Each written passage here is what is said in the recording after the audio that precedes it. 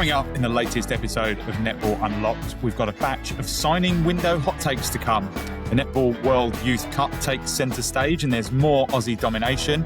A very interesting South Africa versus New Zealand series has been and gone. Plus, there's a look ahead at what's still to come in the next weeks and months. And yes, after a summer sabbatical, I'm back. Hello, and welcome back to the Netball Unlocked podcast. There's lots to talk about. You heard it at the top. Lots of netball to discuss. But first and foremost, a big welcome back to Mr. Paul Prenderville. Hello, how are you? I'm here. I wasn't properly away. I think we all said we had like a bit of a loose calendar over the summer, but plenty of life stuff has kind of kept me occupied, and you too, and we just couldn't make our schedules work together. You have been very busy out there interview farming in a very good way. Some fantastic stuff. Samory Visser, Sophie Fawns, two of my favourites, and spoiler alert, we've got another one on the way as well, which should follow us in the next couple of days as well. So yeah, I'm back. Stayed in touch. Got a notebook full of hot takes, ready to start talking about things.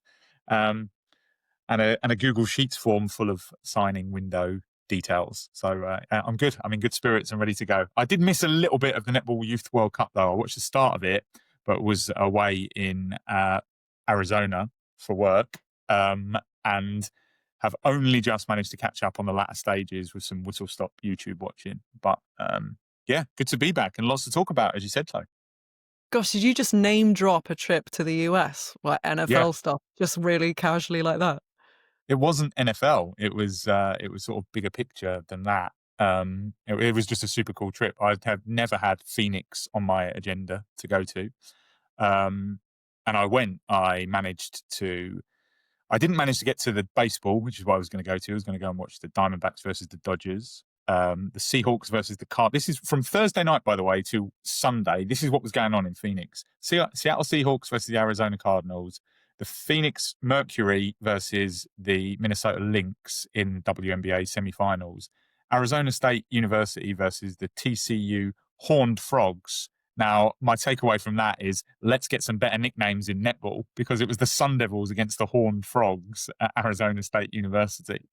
And the Diamondbacks versus the Dodgers. That was literally in the space of 3 days. That's the kind of sporting cities that you're going to in the States. But yeah, never planned to go to the desert. Had a brilliant trip out there. Our hosts were fantastic.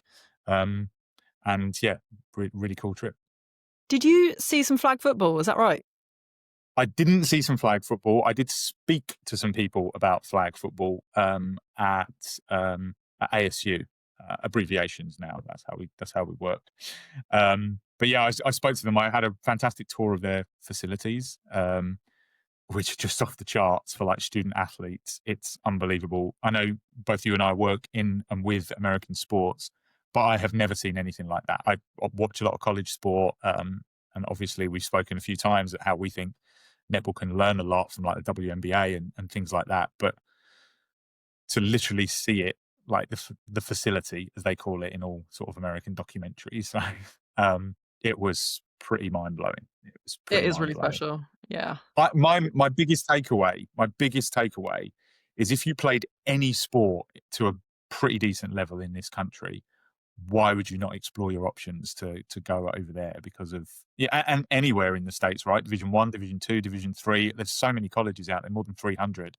Like, why would you not give yourself the best chance? Like going around the wall at Arizona State University was like, they've won like 25 of the last 28 national badminton championships. And I'm like, can I get home and can I get Kira on a badminton fast track? And then, but do you know what I mean? Like, we've obviously got talented people here. And I was talking to the people I flew out with, and a lot of what we were saying was, like, we don't even kind of have that, do we? Like, Loughborough is where you go for your sport, and Loughborough tend to dominate everything. It's where our kind of elite teams are set up and all those sorts of things. So there's not even that competitive edge that's pushing people away. And I know we're a much, much smaller country, but I can't help but think from a sporting perspective, they're at such an advantage right off the bat.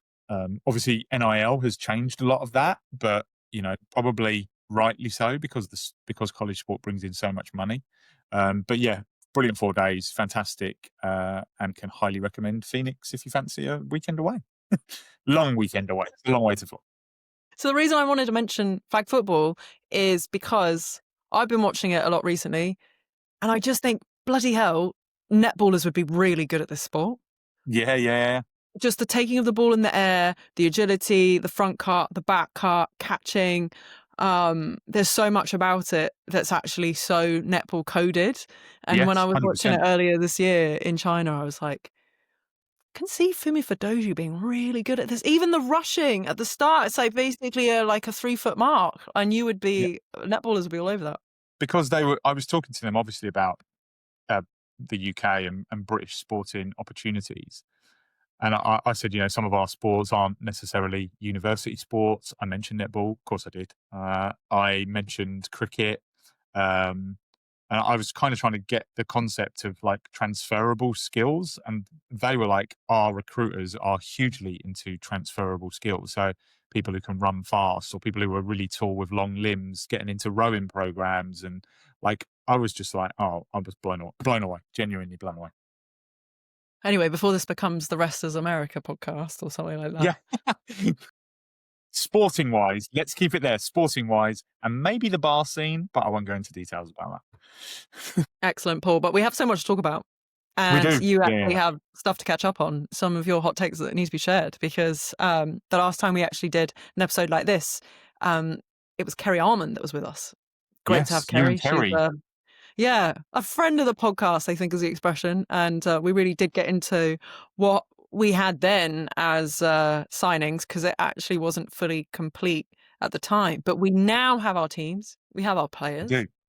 We finally got our Celtic Dragons squad, a Cardiff Dragons squad as well, didn't we? That took its time. That was the very, very last sort of minute of the last day of the signing window. That was. Yeah, I'm not sure what that says about the team, about Super League. I didn't include that in my hot takes, but I think we all have read and had spoken about and seen some concerning stories about Dragons. First of all, to know they're back for now feels really positive. But to have left it so late, like, I don't know what it tells me about where everything is. And we might get into that as the fixtures are announced. Obviously, they're announced in a couple of days' time. And we'll know a little bit more about how the season looks. And obviously, I suppose once we get through the international window, we'll start to get maybe more focused on NSL 2026 and how much we do kind of move forward, because we made a lot of noise last year and a lot of people made a lot of noise about taking what we learned last year into 2026. And for me, that's going to be the biggest thing. How much did we actually learn? How much can we take forward? I mean, even the fixture list coming out now feels like way earlier than previously. So maybe that is already one thing that's better. I don't Yes, think that's in the true. past we've ever had it this early. Yeah. And I've always felt like that was a bit of a miss, because we'd go into international games and it's like, okay, what's the follow on from this? And it'd be like, I'll watch the Super League, but when can I come and watch the Super League sort of thing? So that feels good. That feels That deliberate. is good. Yeah. But anyway, back to your hot takes. Yes, What are we hot saying? takes. Let me, how many have I got? 1, 2, 3, 4, 5. 5.5 I've got. Okay. I Okay, thought about, should I do one for each team? Then I thought, no, I'll stick to what my notes are. Okay. So I'll give you my thoughts on each thing that I'm talking about, and you can tell me what you think. Is that fair I'll enough? Is that a good way judge. to Yeah, put I it? like to judge. Yeah, it's good. Okay, good. Number 1, the next gen and England young roses stepping up. I think this is something that obviously maybe kind of come into focus a little bit around the Netball Youth World Cup. But if you very quickly look down the squads and see who has signed where, Rhinos have had a rethink, obviously, and this is very much Lauren Palmer's squad. She's been involved in youth programs and England setups. We know that Karen obviously has done a huge amount around Thunder. We know that Pulse are very much bring the next generation through. We know that Sonia McCloma is leaving her position as the sort of Young Roses coach, is taking over at the Super League. So perhaps no surprise to see a bunch of players in there. And obviously Lightning have added or brought Selena Appleby Prince up as well. For me, this is where we see the Super League going over the next couple of years. We've obviously spoken at length, and there's a huge amount of speculation about SSN down in Australia expanding, and you would think almost certainly picking off the best from South Africa and the best from the UK. So to me, it feels like, okay, let's make superstars of our young players. We saw them at the Netball Youth World Cup. Now we're going to see them playing Super League netball next year. Is this just the start? Like, I think it's pretty exciting because you want to see the next generation kind of progress, but actually, is it a sign of what's to come? That's my hot take on that. And maybe if we lose some of our bigger names across the league, are we going to see our young superstars emerging? Yeah, I mean, it still puts us in a developmental league Yes, kind of that's space. I would agree. Yeah. But I think if we are taking, the bronze medal winning under 21s into the Super League, that feels right. It feels like that's where it should be. And to be in clubs where I think they're going to be in a 7, not just like on the bench for of a 10, I think is it is exciting. I think it is the natural point of progression. I think it is also, when we're not going to have unlimited imports, that is also kind of what happens. I suppose the question is, I don't know. Maybe this is for our later discussion. So maybe I'll hold what I had as a question. But I mean, I'm not sure it's a hot take, Paul. I think it's an observation, if I'm being honest. Okay, all right. Maybe I oversold it, but I think for me, like your developmental point is the really good one, right? Because I think we need to accept that that's probably where we are, unless there's going to be significant investment, not just in the league itself, but in the franchises. So it feels like, okay, this is where we're going to be. Let's see what these athletes are capable of. And I think that's exciting, whilst I have made no secret of the fact that my bigger picture take would be realign the calendars, get superstars playing all over the globe and make them professional netballers. It might have been my most recent netball tweet, to be honest, something to do with that. So yeah, I just think it's interesting. And I wonder how it then shapes next gen squads as well now going forward, because a lot of them have been picked off, certainly the top end talent. So there's obviously going to be another batch coming through. So maybe next gen, another conversation. But I think it potentially shapes the next 2 or 3 years, like, and how that goes, which is, I think, what makes it notable. And if you kind of align it with maybe a couple of players retiring, maybe some sort of NSL stalwarts not finding themselves in a team next year, whether they made that decision themselves or otherwise, I think is one we can kind of hopefully get into when we speak to players. Anyway, I'll stop talking about that because we're trying to make these nice and short and tight.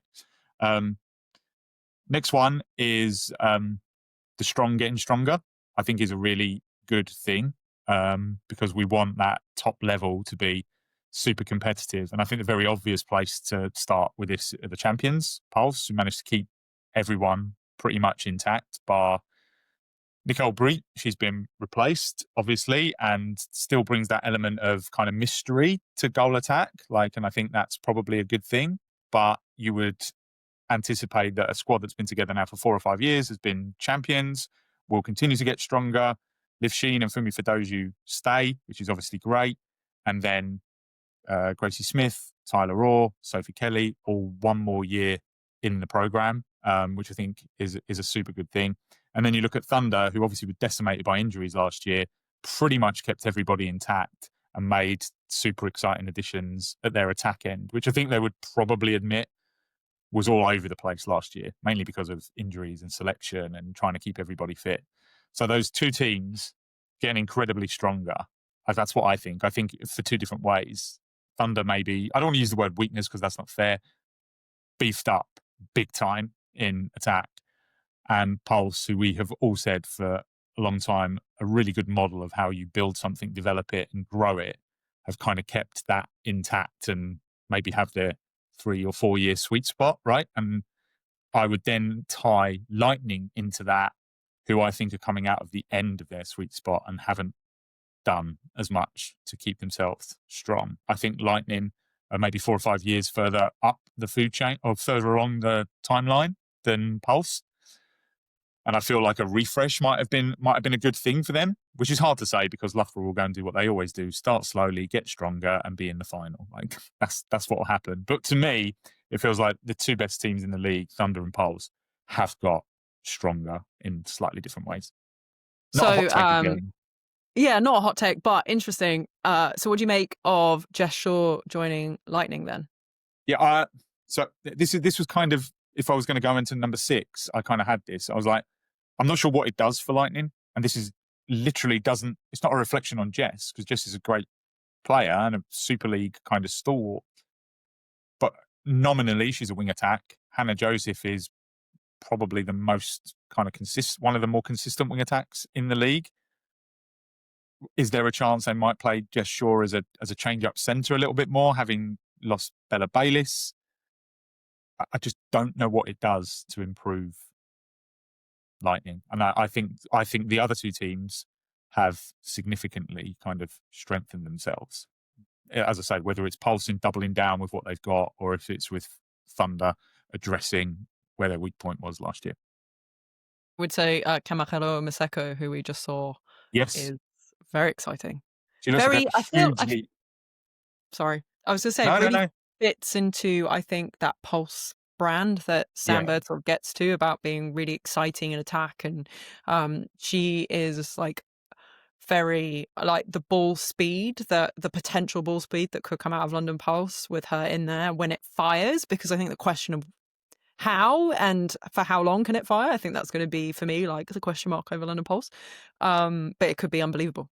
It stands yeah, to be super unbelievable. exciting. Yeah, I also think for me, the South Africa New Zealand series was the first time I'd actually had a chance to see her play properly, and I liked what I saw. I think it really adds to that attack end, and I think we'd continue to see Sophie Kelly grow. And yeah, like that's my take, which is not a very hot take there. No, still nothing Um, hot here, to be honest. all right, they're observations, Chloe. Okay, it's like We I don't. oversold it. Yeah, maybe hot takes. Maybe hot takes are tough.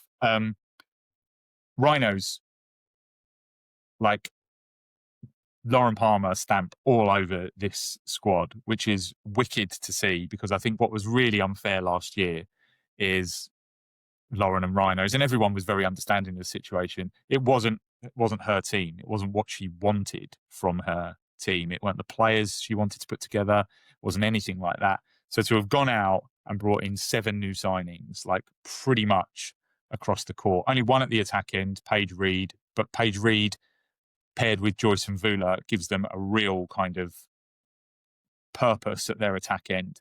A complete transformation in the defensive end with some super exciting young players like Jazz Brown, Samari Visser, and Yomi Wilson. Like, that's exciting. That's super exciting, and I think feels a little bit pulsy to me, and it's kind of how it's going to kind of go and attack things. And then obviously the tricky part of this project, and that might be phase 2, if we talk about teams building in stages, is the midcourt with sort of Kilgallen, Bayliss, and Massa. And for me, maybe they might have just left themselves a little bit short in there. Now, it could go the other direction. They're all quite young. They're all very talented.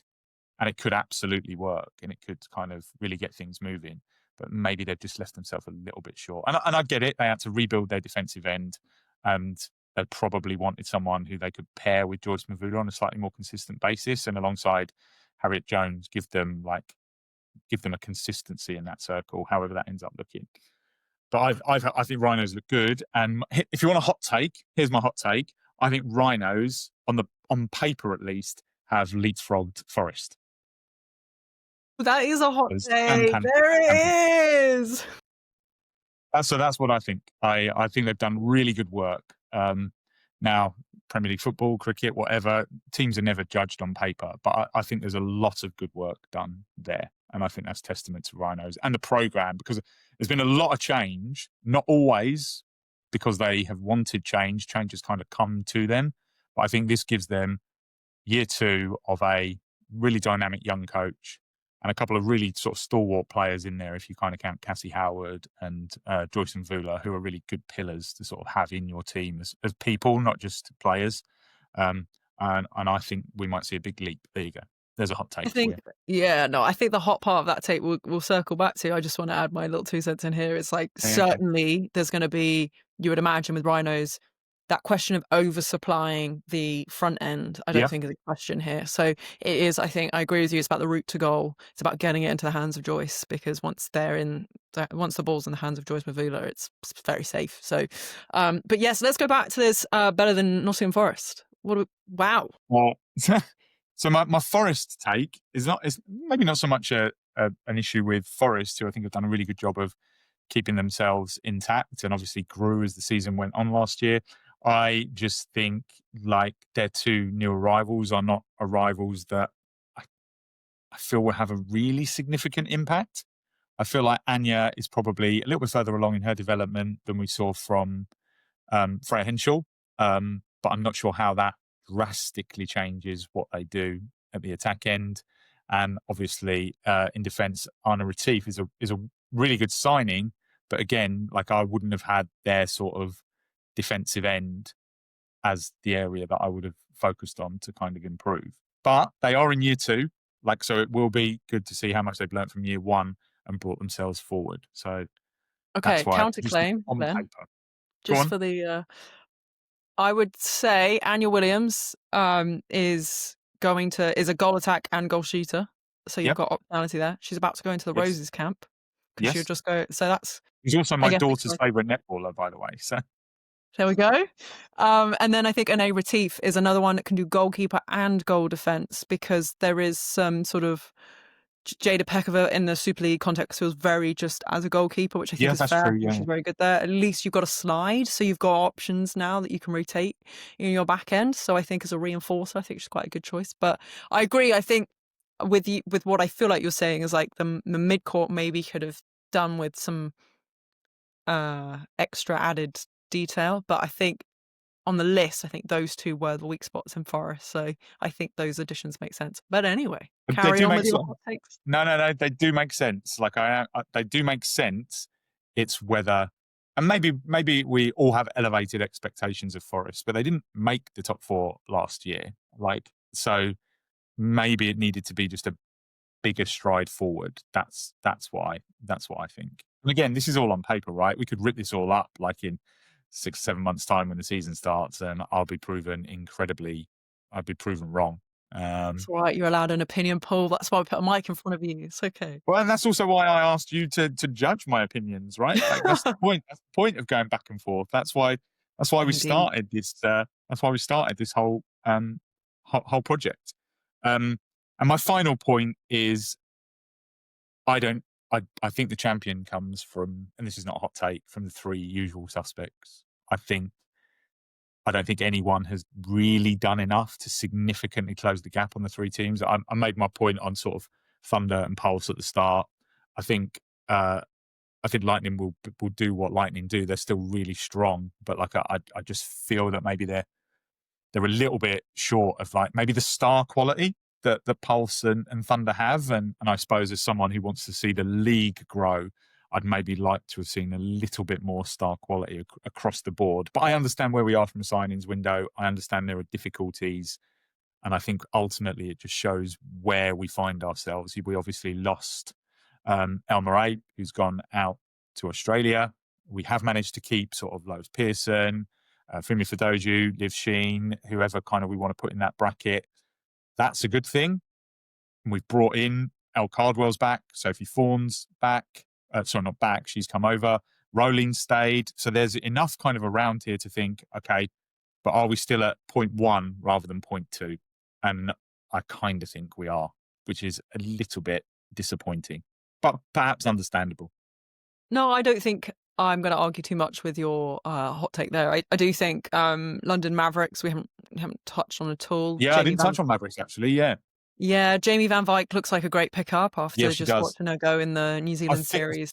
there would appear to have been a very obvious goal attack option that they were considering or pursuing that ultimately hasn't happened. That's why only 9 were announced rather than 10. And then Emily Andrew is coming back. If she was coming back, why would you have not announced it when everyone was coming back? So again, maybe I haven't touched on that. I do agree with you. I think Van Wyk, I'm just going to open his curtains a little bit because it's all of a sudden got very dark around me. I think maybe they feel the same, which is a little bit disappointing, as good as that signing is. I would finally say at the bottom, do you think I'm not sure about Birmingham Panthers. We haven't talked about the fact that is, or you haven't mentioned, and I thought that'd be interesting that you hadn't mentioned. It is all change over there. All change, all new.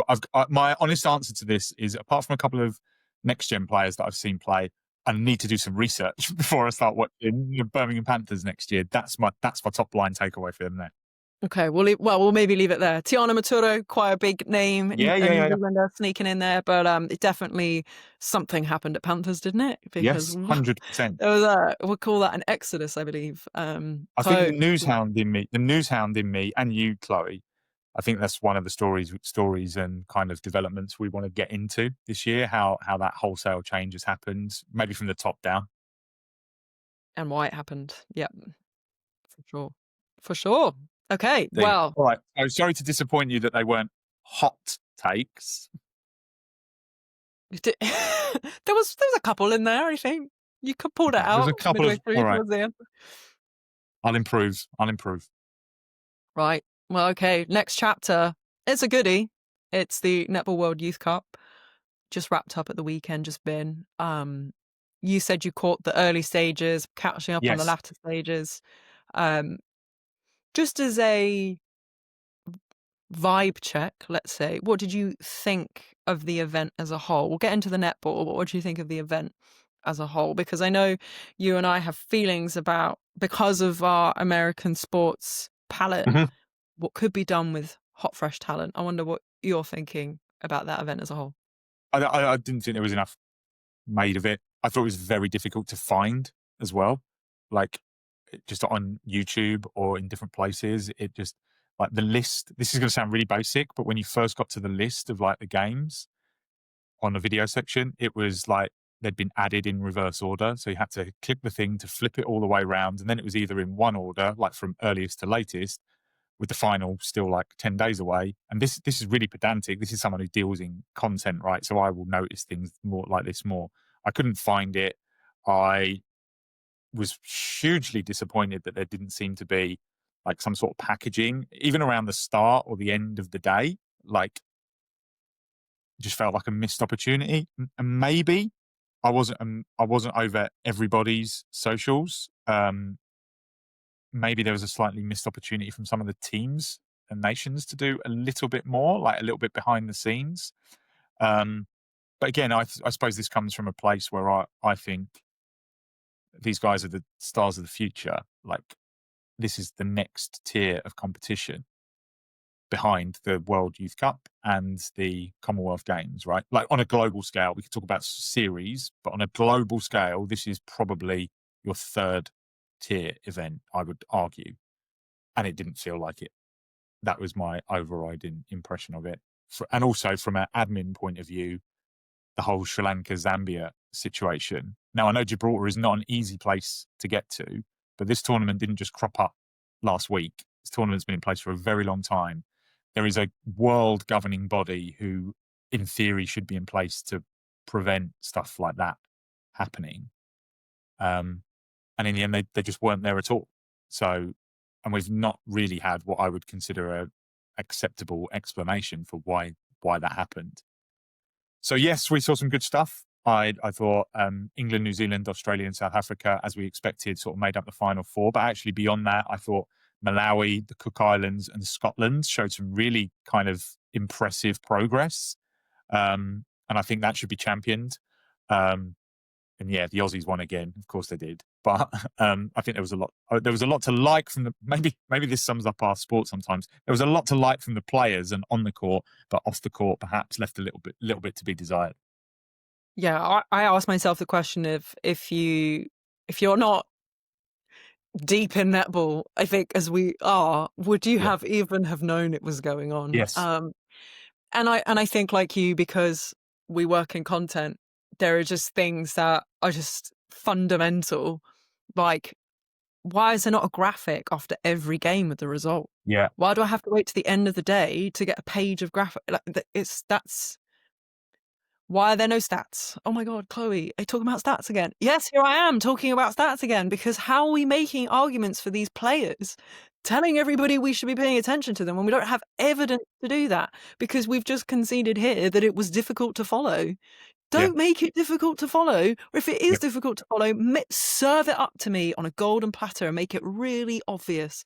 I think that was a miss. The commentary was weird. I think they were trying their best with whoever was And around. sometimes there wasn't commentary as well, right? Like, Exactly. I mean, that in itself was weird. One thing that I think is, okay, maybe this is unfair. No, it's not. I'm going to say it. Why is the guy doing the post-match interview in the final wearing an RFU shirt? Because that's what I spotted. And I was like, that's fair. wow. And look, the other thing that kind of one of the commentators, I think, sort of let slip, and maybe it has been written somewhere as well, but there was suggestions this might be the last one, the last Netball World Youth Cup.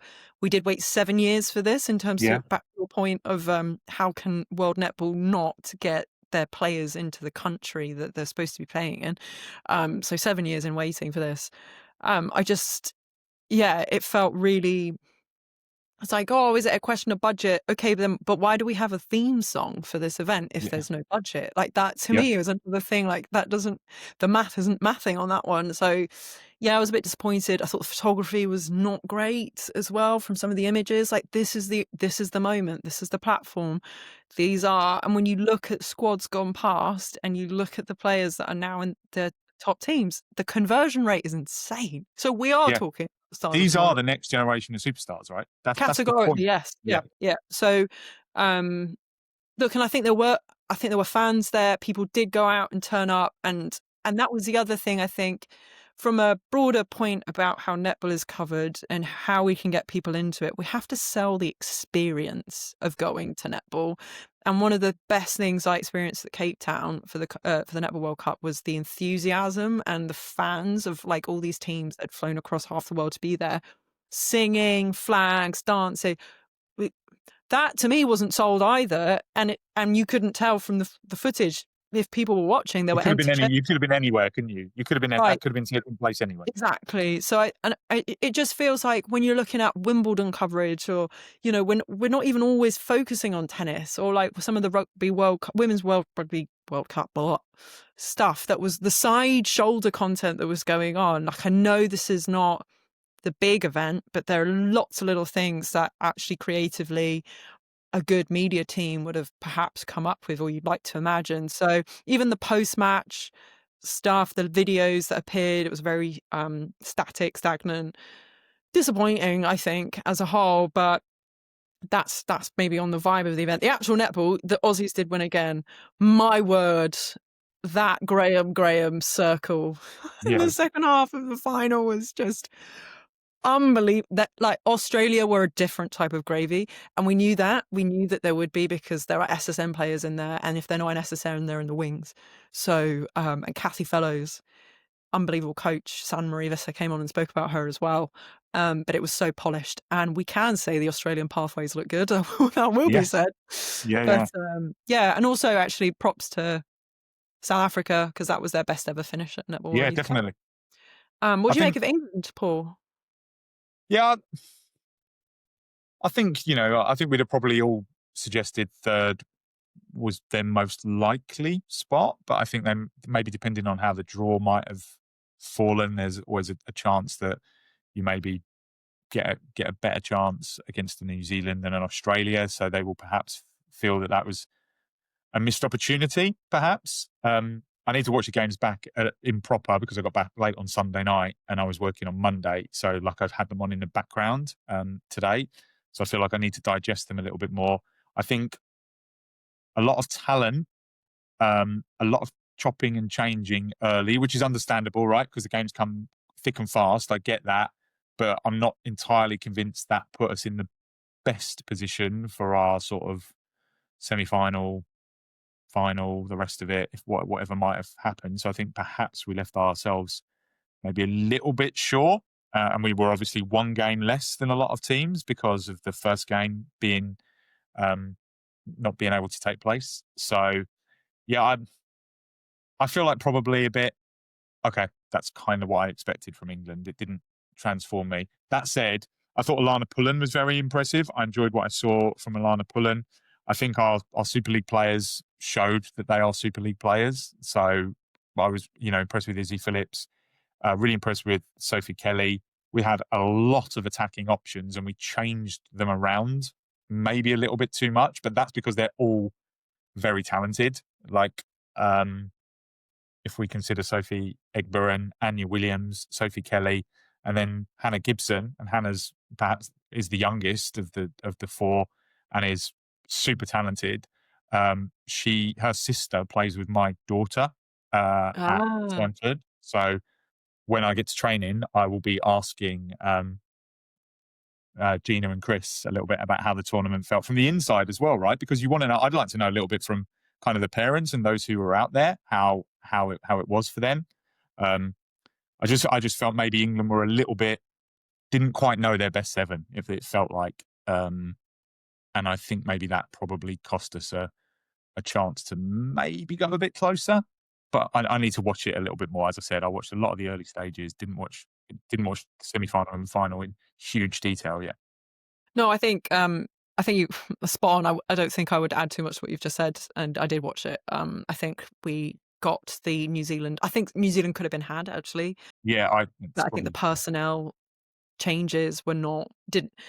And it's tough, as you said, because netball tournaments are really weird. They're weird because you're going to come up against teams that you're probably going to respectfully drive through, so you want to yeah, rotate because you've got to worry about your yeah, legs, because actually it's back to back to back. And actually when you look at other world pinnacle events and other sports, they are longer because they've got rest days, which these guys just don't really. They had one, and then obviously, as you mentioned, England and New Zealand and a handful of other teams missed out playing games against the ones that didn't turn up.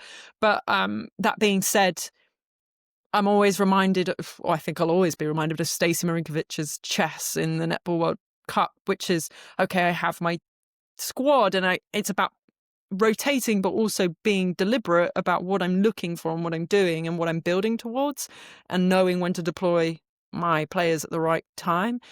Look, there were nerves. I mean, the bronze medal game, the first quarter was painful, like right. 9-8, I Okay. think it went, because people looked a bit tired, but it also just shots weren't falling in. And it was like, really? Like, I don't know. There was just definitely the kind of thing where you would have really loved somebody to interrogate the decisions afterwards on behalf of everybody, to be like, okay, Sonia, can you just talk us through like what you were looking for here, here, and here when you decided to pull this, this, and this? Because actually the attack end really never felt completely like it settled for the whole tournament, and that doesn't feel right. And yeah, I guess, as you said, like we end up with a bronze, which feels okay because that's kind of where England normally land. But I think actually, when you look at the way the semi-final went, like, and I agree with you. I thought, to me, Izzy Phillips was outstanding. I think she was maybe England's best player throughout the tournament. I think we have some really exciting talent. I'm excited to see it develop and for these guys to step up eventually. But yeah, Australia, just different gravy. Honestly, that final was just when they went into gear and we got a moving circle, beautifully executed. My word, Paul, it's unbelievable. Yeah, and I think ultimately that's the takeaway. Like, it's, we are where we are in like world netball, and there's some big things to there's some big strides It to make if mirrors the we want to come. situation, doesn't it? Yeah, it Yeah, does. Yeah. It yeah, does. It yeah. really does. But I do think the emergence of some of the teams was really cool to watch. Like I mentioned, Malawi, Cook Islands, and Scotland in particular. And what I liked about those three kind of standing out to me is it wasn't just maybe one centralized region that had two or three teams really stepping up. If we take the big four out of the occasion, actually for me, Cook Islands coming out of sort of Oceania and Australasia, Malawi coming out of Africa, and Scotland coming out of Europe, like feels like, okay, we are growing here. We are growing. There's emergence. And for those guys being able to sort of play at that level and then step up, like, obviously we talk about World Cup is going to be every 2 years in the future. And maybe how many of these are able to translate sort of under 21 growth and development into sort of senior development. that's clearly not going to be something that happens in like 10 years, but in maybe 20 years' time and stuff. How much more are we going to see from other nations? Because we'd love to see sort of 5, 6, 7 teams being super competitive. At the minute, realistically, we've probably got the 5 if you include Jamaica, South Africa, England, New Zealand, and Australia as teams who you would realistically put as medal contenders. I think Uganda and Malawi have clearly moved forward and put themselves in position to sort of challenge for maybe that 5th and 6th kind of position.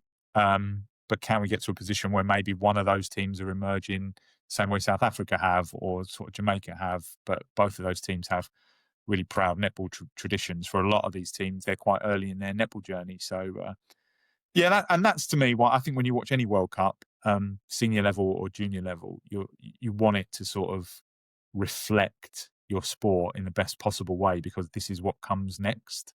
And as we've said, I think from a netball playing point of view, we saw that. I think from a off the court point of view and a administration point of view, not for the first time, there was a fair bit left wanting. Definitely picked out the goal shooter. That's goaler. That's very Australian. The goal It is shooter very from Australian. Been Ireland. Australianized. The goaler. She, I'm just trying to remember her name. I can't think Yeah, of I'm it. trying to remember her name. I should have got the squad up. But she plays in Australia. So I remember looking immediately when I watched the Cook Islands first play. I was like, "Who is this?" And she plays a lot of her netball in Australia. I was like, "Oh, that checks out." And I think actually Keris Finn for Scotland was pretty amazing. And she's been in the London Mavericks environment, so that was cool to see.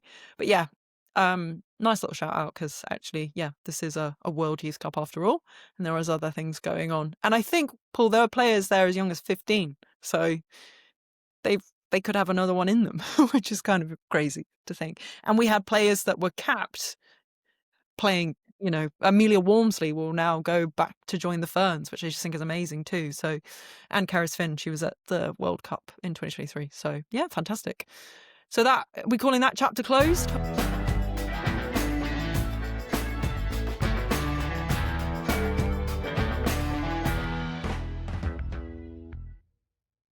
So on to senior netball, and it sounds weird to say that, but at the start of a very, very busy few weeks now, we've got some serious international netball coming up. A lot of it kind of we'll be keeping a very close eye on. We'll hopefully check in with the various nations in the weeks ahead. But for now, we got off and running with South Africa versus New Zealand. A 3-0 win for New Zealand, but perhaps maybe, and I haven't seen as much as I would like yet, a little bit closer than that overall 3-0 scoreline suggested. Chloe, you obviously invested in it. What do you think?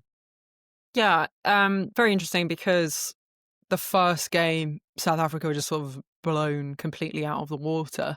And then the last game ends with South Africa having the opportunity to take it and then not quite taking it and losing by 1, which was the smallest margin they'd ever lost to New Zealand by in New Zealand. So really two really interesting trajectories in terms of both sides and how they kind of got on. I think for me, big takeaways is from a South African perspective, when there is a full court defense, it works. When there isn't, you can't do that when you're marking Grace Wicke. You cannot not have a centre and wing defence, full court structure to try and help at least Nicola Smith out in the back. She got schooled, but I think she was kind of failed, if I can say that, by I think a coaching question in terms of how South Africa was set up to play. And by the third test, Nicola kept Grace really quiet. So in all senses, South Africa learnt as they went along, but I don't know if they needed the schooling that they got in the first game, actually, with the caliber of player that they had to really make to grow. Second test was really interesting because we had Saint-Marie Visser at goalkeeper and Jamie van Wyk at goal defence, and there was some improvement. The first quarter, actually, I think South Africa handed New Zealand its first quarter loss in a really long time. I can't quite remember the statistic, but it was quite significant that they did that. They then got kind of blown away again, but you felt like they'd learned something. And then obviously by the third test, it was really interesting. Jenny van Dijk didn't actually use Maseko at all in the goal attack position. She went with Sami and Ngobane, and I thought that was curious. I think Asami did really well pulling players, pulling the defense apart, pulling Jury not Jury, Jackson. She's now Jackson and Berger apart, and really letting Elmarie shine. And my word, side note, Elmarie van den Berg was unbelievable. I think there were lots of questions about whether this would be the person to replace Romelda Aiken-George, certainly coming out of Australia, and is this really the right call? And I think a lot of us UK fans and the South Africans were like, well, there you go. That's why. I thought she was outstanding. But that was a really interesting it was working, and South Africa had a 9-goal lead on New Zealand, and it was looking quite promising. But then a couple of really strange personnel changes, which included bringing Nicole Britt on for Ngubane.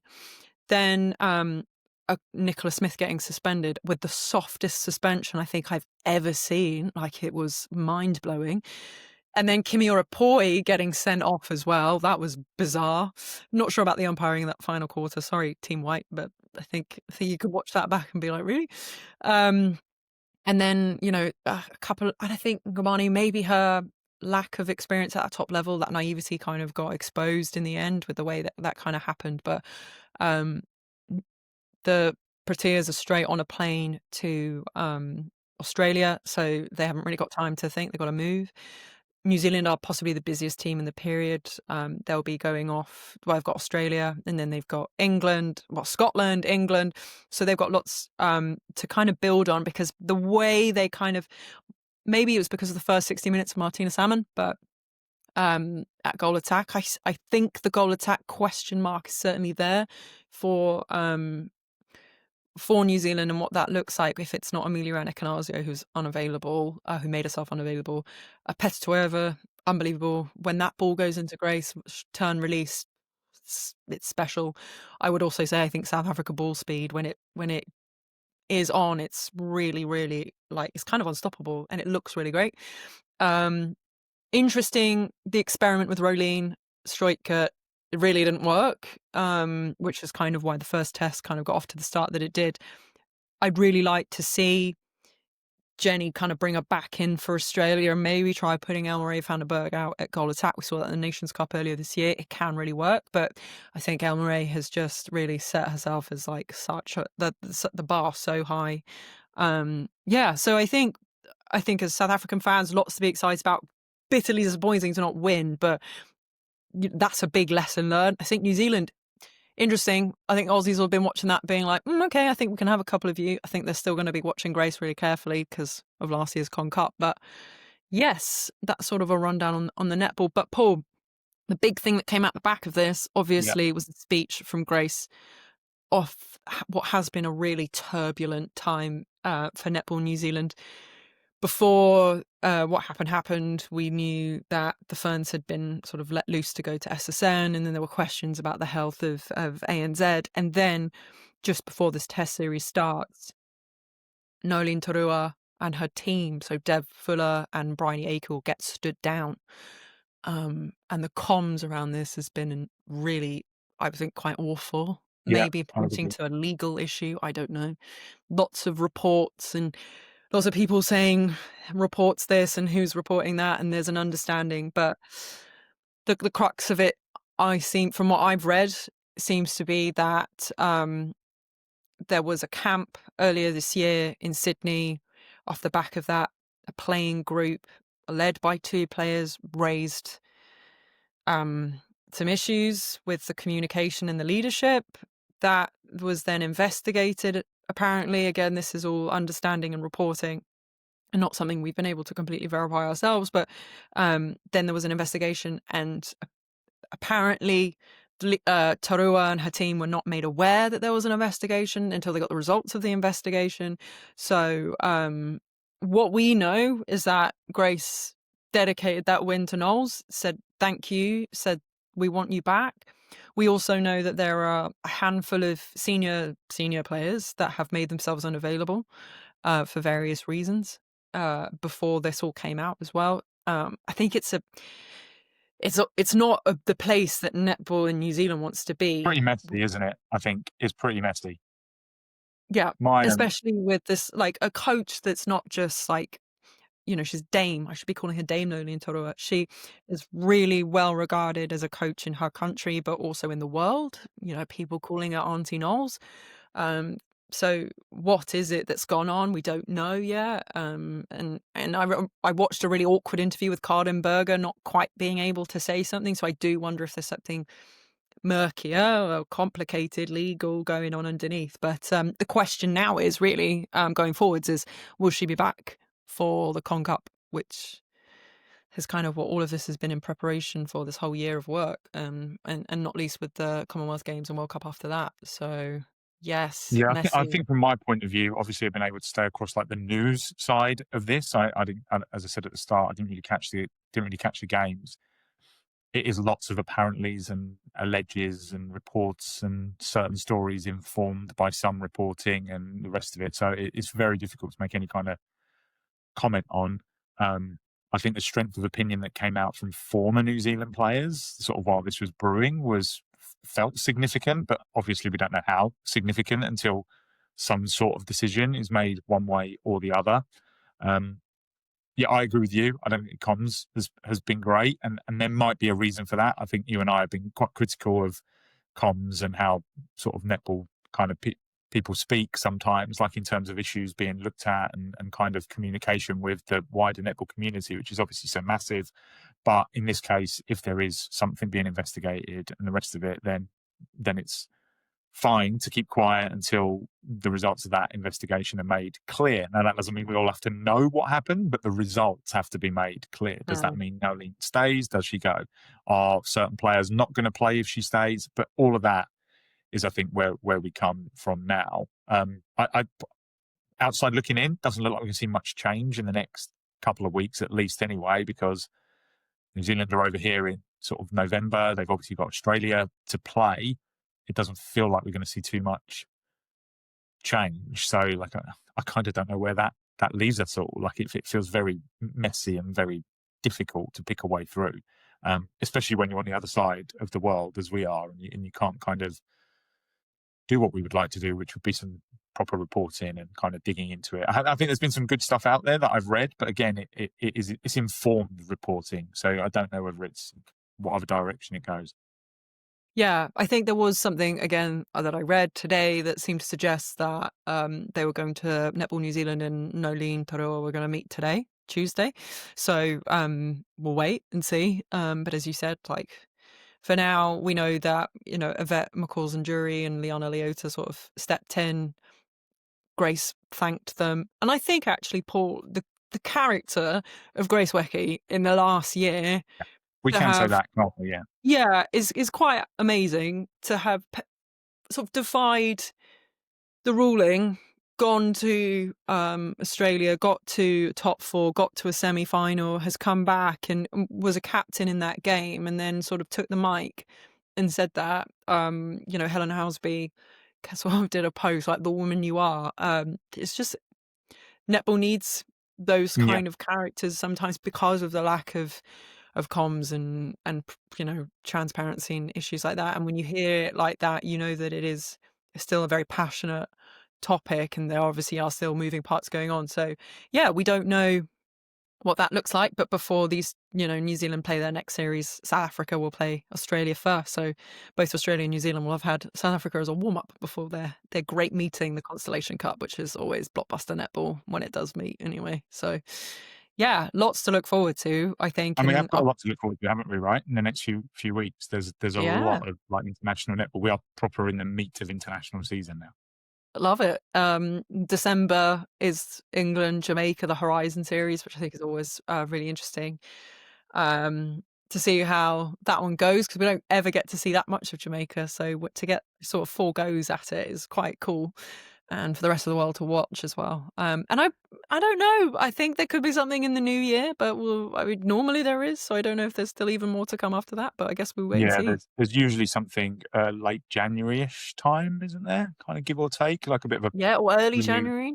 Yeah, a bit of a prelude to the sort of Super League season for us, so to speak, and then obviously Australian teams getting into camp and kind of getting ready for their sort of club seasons and stuff. So we'll see where we're at. But yeah, lots to look forward to in the coming weeks, and good to be back.